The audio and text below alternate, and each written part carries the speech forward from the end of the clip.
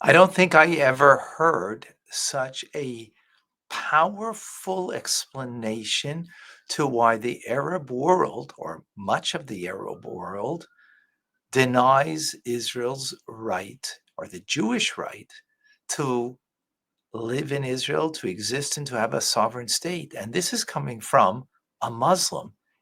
This is a must listen for anybody who has any interest in Israel and in the Middle East. Give me your thoughts afterwards, please. Is the conflict with the Palestinians, as you see it today, is it about 1947, the very existence of the State of Israel? Or is it about 1967 and the possibilities of working out a two-state agreement? Which is it? It's about year 1000 BCE. Explain.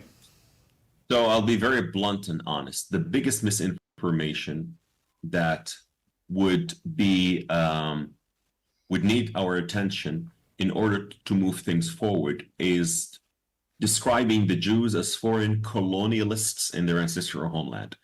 So, in my professional opinion, I would say, following the different point of views in the Arab world, the idea is not 1948 or 1967. The idea is the rejection of the Jewish people to be sovereign on their ancestral homeland. This is why I told you 1000 BCE, because King David was the second king of Israel that established the kingdom, and that who was the real founder, if I may say, because he was the one who proclaimed Jerusalem as the capital of the kingdom of Israel. It was Hebron before that. And this is the irony, David. You have many Muslims, my fellow Muslims, who believe, honor, revere prophets and kings of Israel named after them without making these kind of connections that the Jewish people belong to this region, belong to this land, are not foreign colonialists.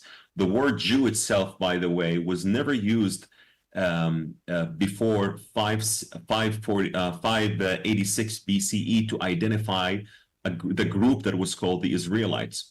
But they were called the Jews because when they were exiled to Babylonia, the Babylonians asked them, where you guys are coming from? They said, we come from a land called Judah.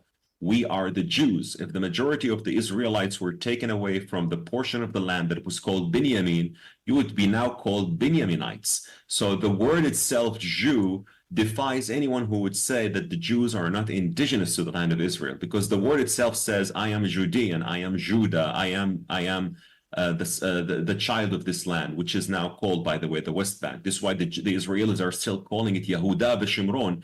And why is it called Judah? Because a character that is revered, honored, and respected in Islam and Judaism, Joshua bin Nun, when he entered the land, he partitioned it into 12 sectors, and that sector was called Judah. So you see what I'm saying, David, that the biggest misinformation is describing the Jews as conquerors on their ancestral homeland, a homeland that your ancestors and many of other Jewish ancestors lived in. And we as Muslims honor, revere, and respect. We respect and honor Isaiah, Jeremiah, David, Solomon, Habakkuk, and Daniel. Many Muslims now are named Daniel in Saudi Arabia without making the connection that the name itself is Hebrew. It means God judges, and this prophet is from the line of Judah, who was living in exile. I don't want to give a history lesson, David, but I'm just saying this is very important in understanding the dynamics and in understanding facts related to why Israel is there, because Israel has always been there. But the fact that Jews are sovereign on their national state or on their national homeland is an idea that doesn't fit with the narrative that looks and views Jews and Christians as always subjugated. So this is the real problem with those who refuse the existence of Israel. It was never borders with Israel. It was never about borders or which year is it, 1948, 1967. It's about the existence of Israel itself. And this is a problem that we need to solve. If we really want to solve issues, I don't want to throw some diplomacy and tell you what you hear in the Arab world or what you hear in the media by being so diplomatic. No, I just want to say the truth, that this is a problem that we need to solve before we move things forward. I can only hope that millions of people will hear that answer that you just gave. What a probing, powerful answer it is. Thanks for watching. Wow, that is very probing, very powerful, and just shows how when you have an agenda that you just manipulate things and history to suit and benefit your cause.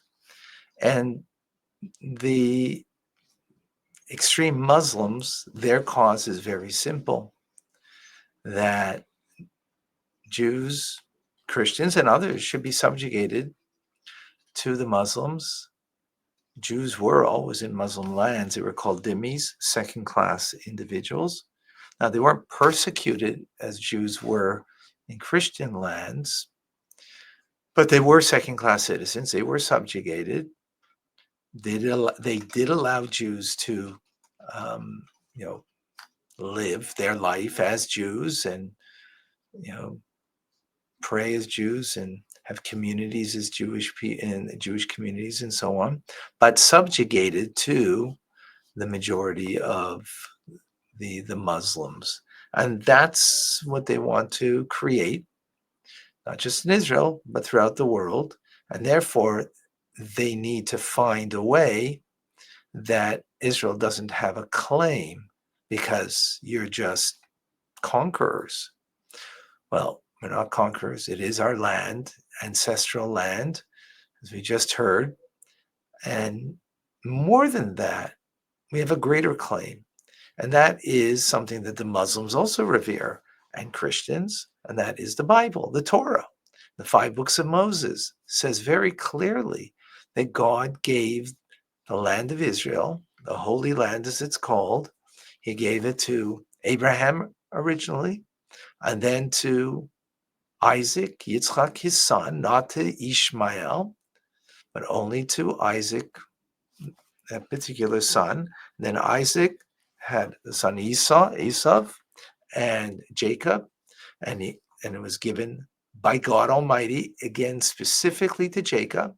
And Jacob had the 12 sons that became the 12 tribes that we heard about Joshua ben Nun, that when he entered into the land, conquered the land, and divided the land into 12 portions based on the 12 sons of Jacob. So God Almighty is the one who bequeathed it. And yes, it is our ancestral land. And the place that we've prayed for, facing Jerusalem when we've been exiled from the land.